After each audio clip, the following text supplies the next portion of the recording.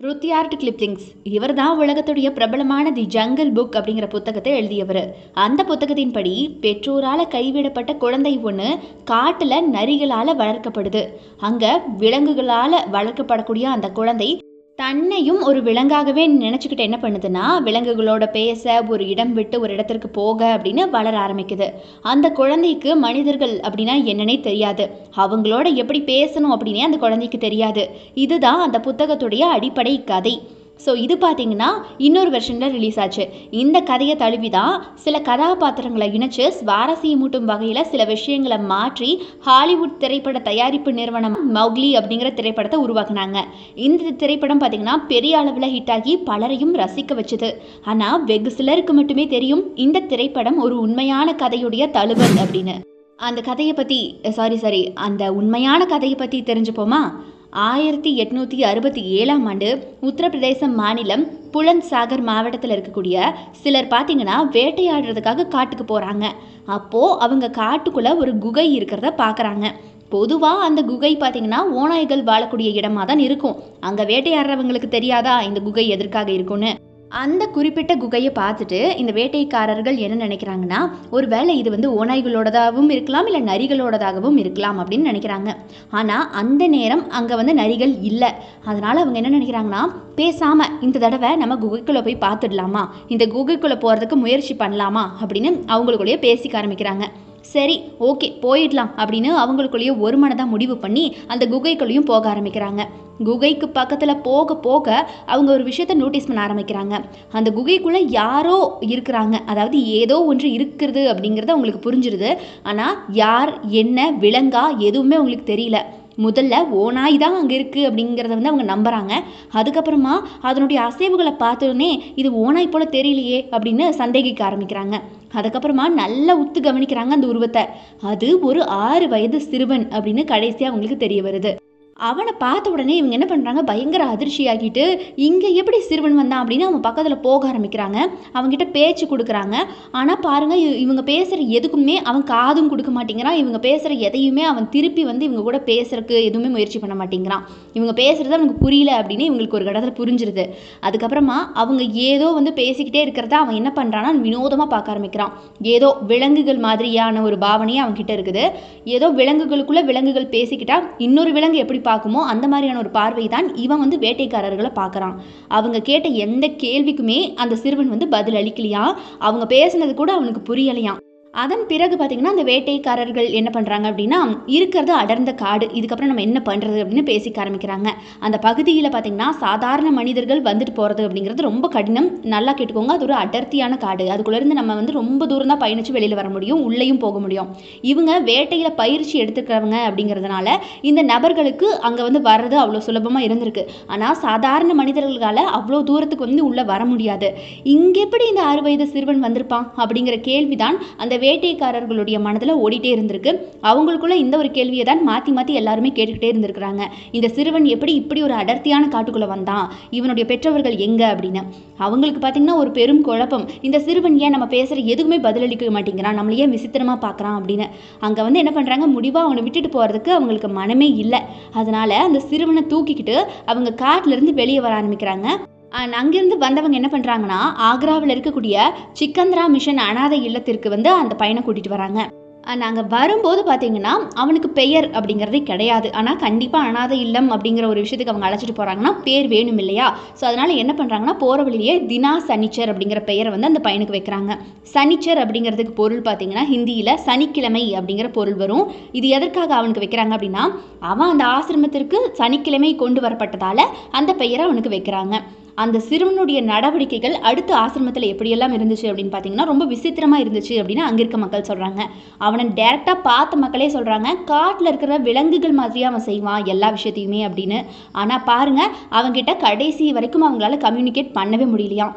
6 வயசாக இருந்தாலும் அசால்ட்டாக மரம் ஏறுறது, ஒரு இடத்துலேருந்து இன்னொரு இடத்துக்கு பயம் இல்லாமல் தாவுறது, 4 காலில் நடக்கிறதுன்னு சொல்லிட்டு மிருகங்கள் என்னென்ன விஷயங்கள் எல்லாம் பண்ணுமோ அது எல்லாத்தையும் இந்த 6 வயது சிறுவன் பண்ணுவானா. இதை பார்த்தோன்னே அவங்களுக்கு புரிஞ்சு போயிடுது, இந்த சிறுவன் மனிதர்களால் வளர்க்கப்படலை, ஏதோ விலங்குகளால் வளர்க்கப்பட்டிருக்கான் அப்படின்னு. அண்ட் ஒரு கட்டத்தில் கண்டுபிடிக்கிறாங்க இவன் வந்து ஓநாய்களால் வளர்க்கப்பட்டிருக்கான் அப்படின்னு. ஏன் அப்படி நினைக்கிறாங்க அப்படின்னா, அந்த ஓநாய்கள் பண்ணுற மாதிரியே தான் இருக்குமா இவனோட முக்காவாசி ஆக்டிவிட்டி எல்லாமே. சிக்கந்திரா மிஷன் அனாதை இல்லத்தில் அவன் இருக்கும்போது பார்த்திங்கன்னா பல பேரும் அவனை ஓநாய் மனிதன் அப்படின்னு கூப்பிட ஆரம்பிச்சிருக்காங்க. அவன் செய்கிறத பார்த்ததும் அவன் ஓநாய்களால் வளர்க்கப்பட்டவன் தெரிஞ்சிருச்சு இல்லையா, அதனால மக்கள் வந்து அவனை அப்படி கூப்பிட ஆரம்பிக்கிறாங்க. இது எந்த அளவுக்கு உண்மை அப்படின்னு நமக்கு தெரியல. அதாவது அவன் எந்த அளவுக்கு ஓநாய்களால் வளர்க்கப்பட்டான் அப்படிங்கிறது நமக்கு தெரியாது. ஆனால் விலங்குகள் ஏதோ ஒரு விலங்கால் அவன் வளர்க்கப்பட்டிருக்கான் அப்படிங்கிற ரிப்போர்ட் இன்னைக்கு வரைக்கும் இருக்கு. அந்த காப்பகத்துடைய ரிப்போர்ட்டின் படி பார்த்தீங்கன்னா அவன் மிருகங்கள் போல 4 கால்களையும் பயன்படுத்தி தான் நடப்பானா. அதாவது அவனோட 2 கைகளையும் 2 கால்களையும் தரையில வச்சு தான் நடப்பானா. இப்போ மனிதர்களாகிய நாம எப்படி 2 காலில் நிற்கிறோம், ஆனால் அந்த பையனுக்கு 2 காலை யூஸ் பண்ணி நிற்க கூட தெரியாதான். மனிதர்கள் என்னெல்லாம் பண்ணுவாங்களோ அது எதையுமே அந்த பையனுக்கு பண்ண தெரியாது அப்படின்னு சொல்கிறாங்க. உணவாக பார்த்தீங்கன்னா பச்சை கறி, அதாவது பச்சையாக இருக்கக்கூடிய மீட்டை மட்டுமே அவன் சாப்பிடுவானா. அதனுடைய எலும்புகளை கடிச்சு கடிச்சு தன்னுடைய பற்களை கூர்மையாக்கிக்குவானா. கிட்டத்தட்ட பார்த்திங்கன்னா விலங்குகள் பண்ணக்கூடிய அதே ஆக்டிவிட்டியை தான் இவனும் பண்ணியிருக்கான்.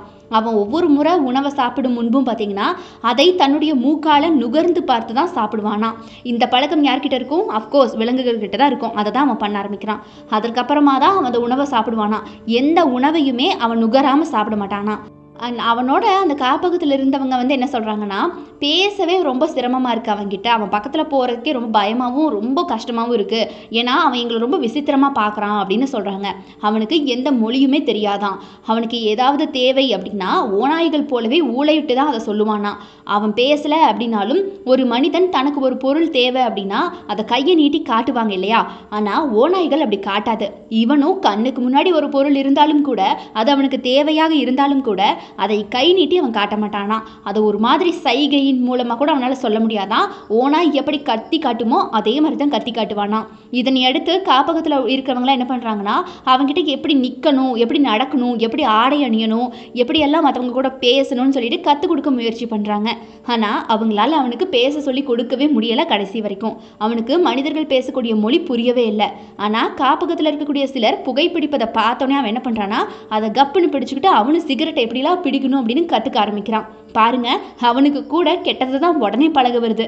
ஆனால் பற்ற வைக்க தெரியாதான். வெறும் வாயில் சிகரெட்டை வச்சு ஊதுவானா. இதை பார்க்குற சிலர் சொல்கிறாங்க, இவன் வந்து நம்மளை மாதிரி ஆக ட்ரை பண்ணுறான், ஆனால் அவனால் அது ஆக முடியலை அப்படின்னு.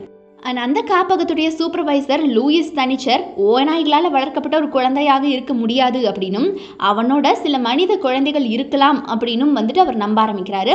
பரவாயில்ல, சின்ன சின்ன குழந்தைங்க தானே, அவங்களெல்லாம் ஒன்றா விட்டால் அவன் கண்டிப்பாக பழகிடுவான் அப்படிங்கிறது அவருடைய நம்பிக்கையாக இருக்குது.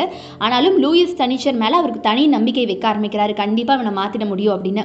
அதனால் என்ன பண்ணுறாருன்னா, அடுத்த சில மாதங்களில் ஓநாய்களால் வளர்க்கப்பட்ட குழந்தைகள் அந்த காப்பதற்கு வர ஆரம்பிக்கிறாங்க. ஏன் அப்படின்னா, மற்ற குழந்தைகளோட கலக்க விடுறதை விட இந்த மாதிரி இவனை மாதிரி இருக்கக்கூடிய குழந்தைகளோட இவனை மிங்கிள் பண்ணி விட்டால் கரெக்டாக இருக்கும் அப்படின்னு நினைக்கிறாங்க. அவங்களாம் பார்த்தீங்கன்னா கொஞ்சம் கொஞ்சம் மற்றவங்க பேசுகிறத புரிகிற குழந்தைகள். ஆனால் இவனுக்கு சுத்தமாகவே எதுவுமே புரியாது. இப்போ எல்லாத்தையும் ஒன்றா மிங்கிள் பண்ணுறாங்க. இதுக்கப்புறம் என்ன நடக்குதுன்னா, இந்த ஓநாயால் வளர்க்கப்பட்ட குழந்தைகள் எல்லாமே என்ன பண்ணுறாங்கன்னா, இவங்க கூட அப்படியே கலந்து அந்த சனிச்சர் கூட என்னென்னலாம் பண்ணி விளையாட முடியுமோ எல்லாமே பண்ணி விளையாடுறாங்க. ஆனாலும் சனிச்சரை கடைசி வரைக்கும் மாற்ற முடியல.